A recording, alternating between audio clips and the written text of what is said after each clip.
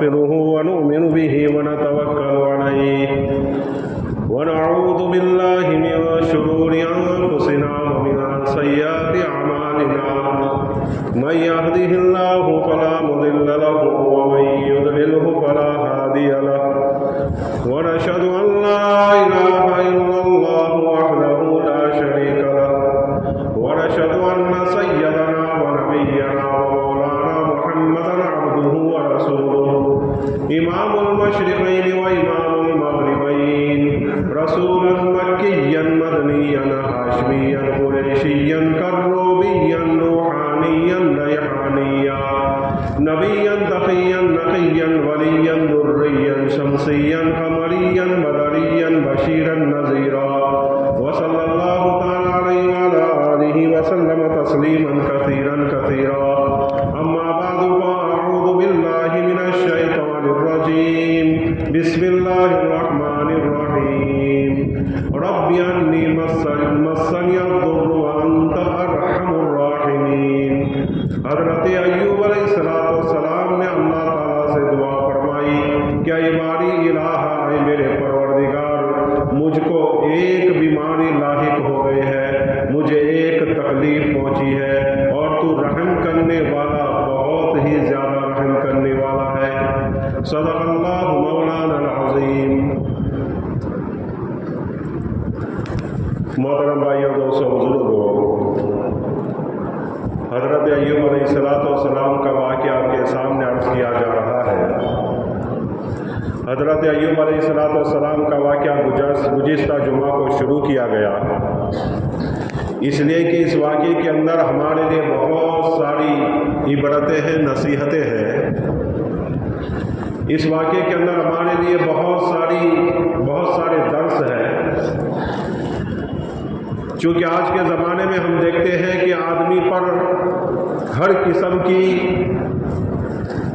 تکلیفیں ہیں مال کے اعتبار سے جان کے اعتبار سے بیماری کے اعتبار سے دشمنوں کے اعتبار سے اپنوں کے اعتبار سے پڑویوں کے اعتبار سے ہر طرح سے آدمی کے اوپر مصیبتیں نازل ہو رہی ہے اور مصیبتوں کی بھرمار ہے بیماریوں کی تو بے انتہا بھرمار ہے کوئی گھر ایسا نہیں جس میں کوئی بیمار نہ ہو کوئی تکلیف زدہ نہ ہو کوئی زخم خوردہ نہ ہو یہ ساری چیزیں ہم دیکھ رہے ہیں یہ ساری باتیں ہمارے سامنے ہیں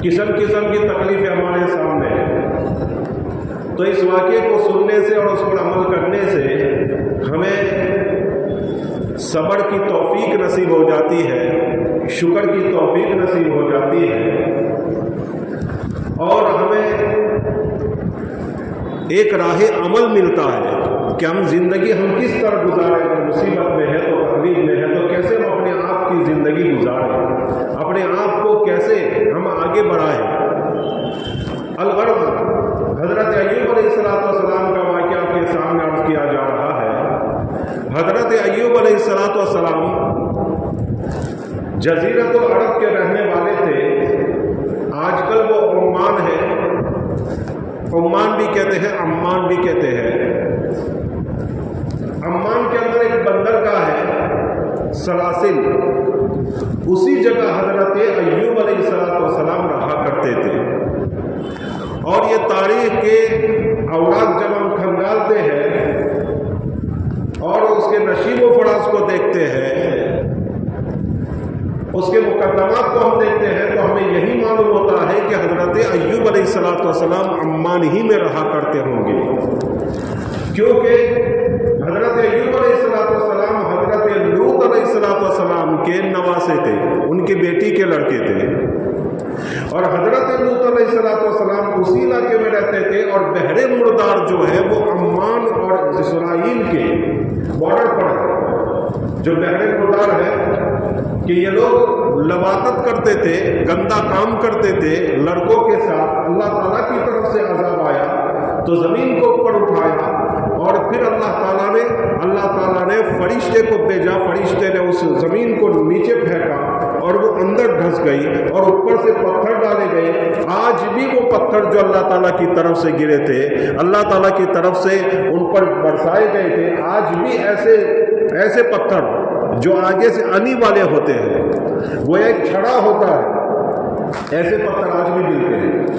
اور یہ ایسا دریا ہے جس میں ڈوبتا نہیں ہے، یہ اس میں اتنا کھڑا پن ہے، کوئی ڈوبتا نہیں ہے۔ دنیا کا یہ واحد ایسا دریا ہے جس میں کوئی ڈوبتا نہیں ہے۔ الغرض تو حضرت لوط علیہ السلام اسی علاقے میں رہا کرتے تھے، اور حضرت ایوب علیہ السلام چونکہ ان کے نواسے تھے، عین ممکن ہے کہ حضرت ایوب علیہ السلام بھی اسی علاقے میں ارد گرد رہتے تھے۔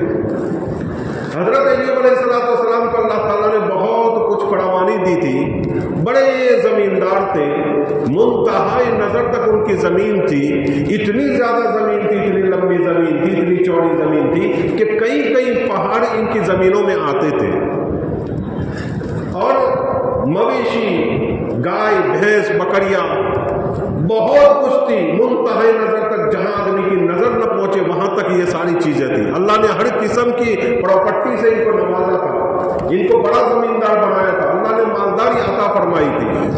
اور ان کی نکاح میں حضرت یوسف علیہ السلام کی بیٹی، ایک روایت کے مطابق ان کی پوتی ان کے نکاح میں تھی، گویا کنگ کی، ایک بادشاہ کی بیٹی ان کے زوجہ تھی۔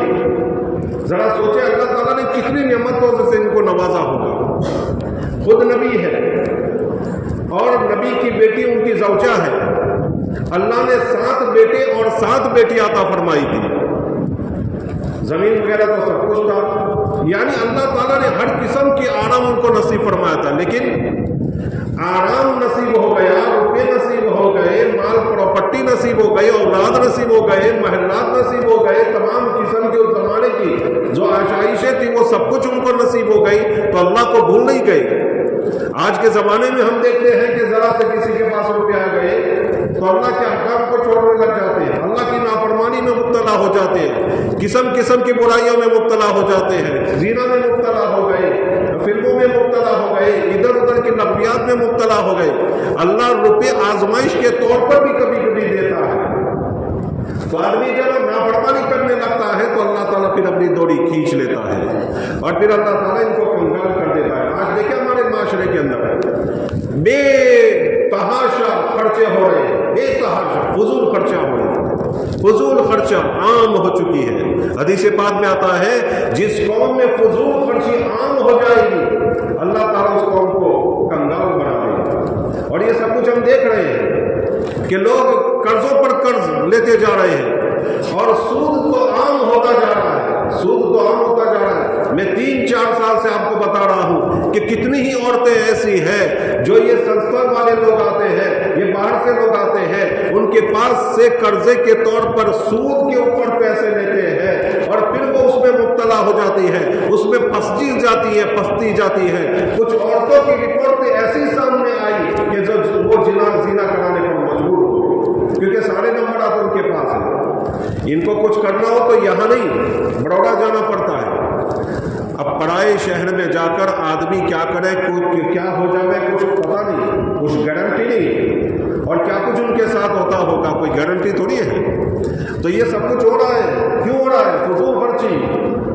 اللہ روپیہ دیتا ہے تو پھر اس کو آدمی کیا کرتا ہے؟ نافرمانیوں میں استعمال کرتا ہے، ادھر ادھر استعمال کرتا ہے، برائیوں میں استعمال کرتا ہے۔ نہ معلوم کتنے کپڑے، کیسے کپڑے سلائے جاتے ہیں، حالانکہ شادی چند روپیوں میں ہو سکتی ہے، لیکن ہمارے یہاں فضول خرچہ عام، دکھلاوا عام، کہ اگر ایسا کپڑا نہیں سلائیں گے تو لوگ کیا کہیں گے، میری سہیلیاں کیا کہیں گی، میرے دوست کیا کہیں گے، ایسا منڈپ نہیں بناؤں گا تو میرے دوست کیا کہیں گے، کھانا نہیں پکاؤں گا تو محلے والے کیا کہیں گے، رشتے دار کیا کہیں گے کہ کھانا نہیں پکایا۔ یہ ساری چیزیں جس کو دکھلاوے کے لیے یہ سب کچھ کیا جاتا ہے۔ کبھی وہ لوگ آ کر کہتے ہیں کہ بھائی نے تیرا قرضہ ہو گیا ہے، کچھ تیری مدد کرو، کبھی وہ لوگوں نے آ کر کہا جن کو کھلانے کے لیے تم نے ہزاروں روپے پھونک دیے، کیا کبھی وہ لوگ آ کر کہتے ہیں تمہیں کہ لو بھائی لو بہن تیرا کچھ قرضہ ہو گیا ہے، قرضے میں ڈوب گئے ہو، تم پریشان معلوم ہوتے ہو، لو تھوڑے روپے میں تمہیں دوں؟ کوئی نہیں آتا، کھا پی کر چلے گئے، عیش و عشرت کر کے چلے گئے، اور کوئی پھر پیچھے مڑ کر نہیں دیتا۔ حضرت ایوب علیہ السلام کا واقعہ ہمیں یہ پتا دیتا ہے، ہمیں یہ نصیحت دیتا ہے، ہمیں یہ عبرت دیتا ہے، یہ درس دیتا ہے کہ جب روپے آ جائے تو اللہ کی نافرمانی نہ کیا کرو، اللہ کا شکر ادا کرو، اللہ کا شکر ادا کرو۔ حضرت ایوب علیہ السلام کو سب کچھ حاصل تھا، لیکن اللہ کی عبادت سے کبھی غافل نہیں ہوتے تھے، ہر وقت اللہ کی عبادت، ہر وقت اللہ کی عبادت۔ مال مل جانا کمال نہیں ہے، مال کا صحیح جگہ استعمال کرنا کمال ہے۔ حضرت ایوب علیہ السلام کوئی بھی غریب آ گیا، مسکین آ گئی، کوئی بیوہ آ گیا، کوئی بھی آ گئی، خالی ہاتھ کبھی نہیں جاتا، اور خبر گیری کرتے تھے کون بیچارہ غریب ہے، کون بھوکا ہے، کون پیاسا ہے، کون ننگا ہے، ذرا تلاش کرو، میں ان کی مدد کرنا چاہتا ہوں۔ کبھی کبھی تو سفر میں جاتے تھے، راستے میں کوئی ننگا ملتا تھا، اپنا کرتا نکال کر دے دیا کرتے تھے۔ دو آدمی لڑ رہے ہیں، ایک کہہ رہا ہے اللہ کی قسم میں نے تیرا کچھ نہیں لیا، دوسرا کہہ رہا ہے اللہ کی قسم تو نے لیا ہے۔ اللہ کے نام کو جب بیچ میں لاتے تھے ان کو جلال آ جاتا تھا، غصہ آ جاتا تھا کہ اللہ کا نام بیچ میں لے کر جھوٹ بول رہے ہیں، دونوں میں سے ایک تو جھوٹ بول رہا ہے اور اللہ کا نام لے کر بولا ہے، چلو بھائی کتنا تمہارا ہے، چلو بات ختم کرو، اللہ کے نام کو ذلیل نہ کرو، اللہ کے نام کی توہین نہ کرو۔ یہ تھا الغرض۔ مان مل جانے کے بعد حضرت ایوب علیہ السلام نے اللہ کے احکام کو نہیں توڑا۔ اس طرح 70 سال گزر گئے۔ اس زمانے میں لوگوں کی عمریں 150 سال، پونے 200 سال، 200 سال ہوا کرتی تھی، تو 70 سال کا آدمی اس زمانے کا تنومند جوان کہلاتا ہے۔ آج کا جوان 35 سال کا، 30 سال، 35 سال، 25 سال کا ہوتا ہے، اس زمانے میں 70 سال کا آدمی جوان کہلاتا ہے۔ حضرت ایوب علیہ السلام بھرپور جوانی میں تھے، فرشتے اوپر تذکرہ کر رہے ہیں حضرت ایوب علیہ السلام کا، اے اللہ تیرا بندہ کتنی عبادتیں کر رہا ہے، کتنے لوگوں کی مدد کر رہا ہے، کتنی تیری فرما برداری کر رہا ہے۔ اور اس زمانے کے اندر جب تک اللہ کے نبی صلی اللہ علیہ وسلم پیدا نہ ہوئے تھے، آسمانوں پر شیطان جایا کرتا تھا اور فرشتوں کی باتیں سنا کرتا تھا، لیکن جب اللہ کے نبی صلی اللہ علیہ وسلم پیدا ہوئے تو اللہ تعالیٰ کی طرف سے پرتیبند لگا دیا گیا کہ آج کے بعد شیطان آسمانوں پر نہیں آ سکے گا، اور جب بھی وہ آتا ہے اللہ تعالیٰ کی طرف سے ان کے اوپر اٹیک ہوتا ہے اور اس کو بھگایا جاتا ہے۔ الغرض حضرت ایوب علیہ السلام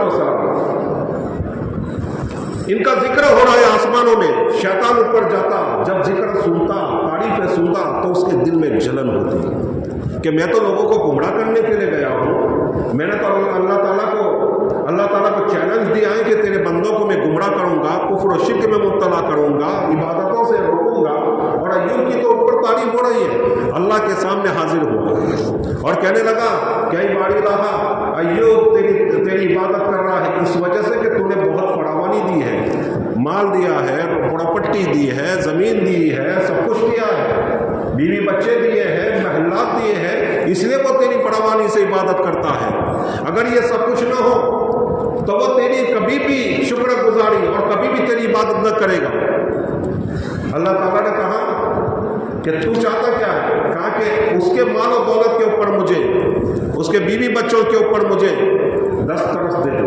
اللہ تعالیٰ نے کہا ٹھیک ہے جاؤ۔ وہ گیا اور آسمانوں سے نیچے آیا اور آ کر اس نے حضرت ایوب علیہ السلام، علامہ ابن کثیر نے اپنی کتاب میں لکھا ہے، اپنی تفسیر میں لکھا ہے کہ وہ آیا اور سارے اونٹ جو غلہ مویشی جو کچھ تھا، گائے تھی، گھوڑے تھے، اونٹ تھے، دمبے تھے، بکریاں تھی، سب کچھ جلا دیا، ختم کر دیا، اور چرواہے کی شکل میں دورہ حضرت ایوب علیہ السلام کی محبت میں جہاں عبادت کرتے تھے وہاں آیا اور حضرت ایوب علیہ السلام کو کہنے لگا ایوب کچھ پتہ نہیں ہے، تیرے سارے کے سارے مویشی برباد ہو گئے، تیرے سارے کے سارے مویشی خاکستر ہو گئے اور راکھ بن گئے، تو کیا کر رہا ہے؟ تو حضرت ایوب علیہ السلام نے کہا کہ چلو ٹھیک ہے، ایک ذمہ داری سے تو بری ہوا، میں فارغ البال ہو گیا، اب تو اللہ کی زیادہ عبادت کروں گا، میں اللہ کی زیادہ عبادت کروں گا، کرنے کے لیے.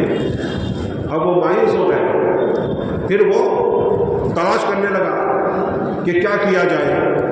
اس نے ایک اپنے شیطان کو بھیجا، اپنے شتمنے کو بھیجا اور کہا کہ اس کے غلہ جتنا بھی ہے اس کو ختم کر دے. ایک طوفان کی شکل میں گیا اور جتنا بھی غلہ تھا وہ ختم ہوا. اب وہ کاشتکار کی شکل میں آیا اور حضرت ایوب سے کہنے لگا ایوب تمہاری جتنا بھی غلہ تھا اور کاشتکاری تھی ختم. حضرت ایوب نے کہا ٹھیک ہے، اس ذمہ داری سے میں بری ہو گیا، اب اللہ کی عبادت اور زیادہ کروں گا، مجھے زیادہ وقت مل جائے گا. اب تیسرے کو بھیجا اس نے، شیطانوں کو جمع کیا. تم کیا کر سکتے ہو؟ یہ محلات وغیرہ سب ختم کرنے. تو ایک شیطان نے کہا کہ میں ایسی آندھی بن جاؤں گا اور میں ایسی کوشش کروں گا کہ اس کے سارے محلات گر جائیں. چنانچہ اس کو اجازت دی. شیطان گیا اور اس نے ایسی حرکت کی کہ یہ ساری زمین ہلنے لگی اور سارے کے سارے اس کے محلات تھے حضرت ایوب علیہ السلام کے نیچے گر گئے. اور پھر وہ حاضر ہوا حضرت ایوب علیہ السلام کے پاس. حضرت ایوب نے یہی شکر کے الفاظ استعمال کیے. اب آگے دیکھیں، اب سب کچھ ختم ہو گیا. ان کے بیوی بچے بھی ختم ہو گئے. ایک بیوی باقی رہ گئی لیا، باقی سب ختم ہو گیا. بچے بھی تباہ ہو گئے اور محل کے نیچے دب کر ختم ہو گئے. محل کے نیچے دب کر وہ مر گئے. اب کیا ہوا؟ اللہ تعالیٰ کے پاس حاضر ہوا. حضرت ایوب کی عبادت میں کوئی فرق نہیں آیا تو اللہ تعالیٰ کے پاس حاضر ہوا اور کہنے لگا کہ سب کچھ ختم ہو گیا لیکن ایوب اب بھی تیری عبادت کر رہا ہے، تیرا ذکر کر رہا ہے، تجھے یاد کر رہا ہے، تیرے حکموں پر عمل کر رہا ہے، اس وجہ سے کہ اس کے بدن کے اندر طاقت ہے. چاہتا کیا ہے؟ اس کے بدن کے اوپر مجھے قدرت دے دے، دسترس دے دے. اللہ نے کہا تیری آرزو وہ بھی پوری کر لے جا. اب اس نے کیا کیا؟ اللہ تعالیٰ کی طرف سے اجازت تو تھی، ایسا کام شروع کیا کہ حضرت ایوب علیہ السلام بیماری میں مبتلا ہو گئے. ایسی بیماری میں مبتلا ہوئے الامان والحفیظ اللہ تعالیٰ سب کی حفاظت فرمائے. روایتوں میں یہ آتا ہے کہ اتنے پھوڑے ہوئے بعض لوگوں نے بہت ساری باتیں لکھی ہیں کہ کیڑے پڑ گئے، ایسی کوئی بات نہیں ہے. چھوتے تھے تو اور کٹ کر گوشت نیچے گرتا تھا، ایسا کوئی بھی نہیں ہے. یہ واقعے کو لذیذ بنانے کے لیے، مزیدار بنانے کے لیے یہ ساری باتیں گھڑی گئی ہے، اسرائیلی روایت ہے.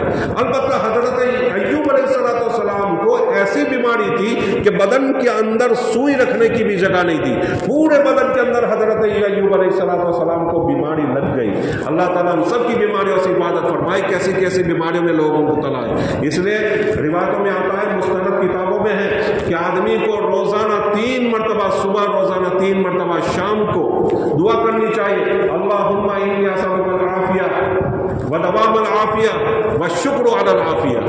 یہ دعا کرنی چاہیے. اللہ کے نبی صلی اللہ علیہ وسلم نے فرمایا کہ جب اذان ہو جائے، تکبیر جب تک نہ کہی جائے، اس کے درمیان جتنا بھی وقت ہے اللہ سے دعا کیا کرو. صحابہ نے پوچھا نبی اللہ کیا مانگے؟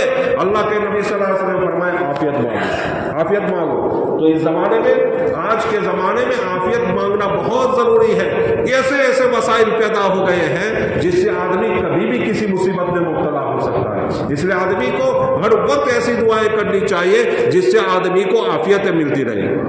یہ دعا یاد کر لیں ہر آدمی کہ اللہم انی اسألک العافیہ ودوام العافیہ والشکر علی العافیہ. کہ اللہ مجھے تو عافیت ہمیشہ نصیب فرما، ہمیشہ ودوام العافیہ، مرتے دم تک مجھے عافیت نصیب فرما. والشکر علی العافیہ، اور عافیت کے اوپر مجھے شکر کی توفیق عطا فرما. حضرت ایوب علیہ السلام کی 2 چیزیں باقی رہ گئی. پورا بدن بیماری میں مبتلا، زبان باقی ہے اور دل باقی ہے. زبان سے ذکر ہو رہا ہے اور دل سے شکر ہو رہا ہے. اس سے ایک بات معلوم ہوئی کہ آدمی کو چاہیے عافیت مانگے، لیکن اگر کوئی مصیبت آ جائے، کوئی تکلیف آ جائے تو اللہ اس پر صبر کرتا رہے.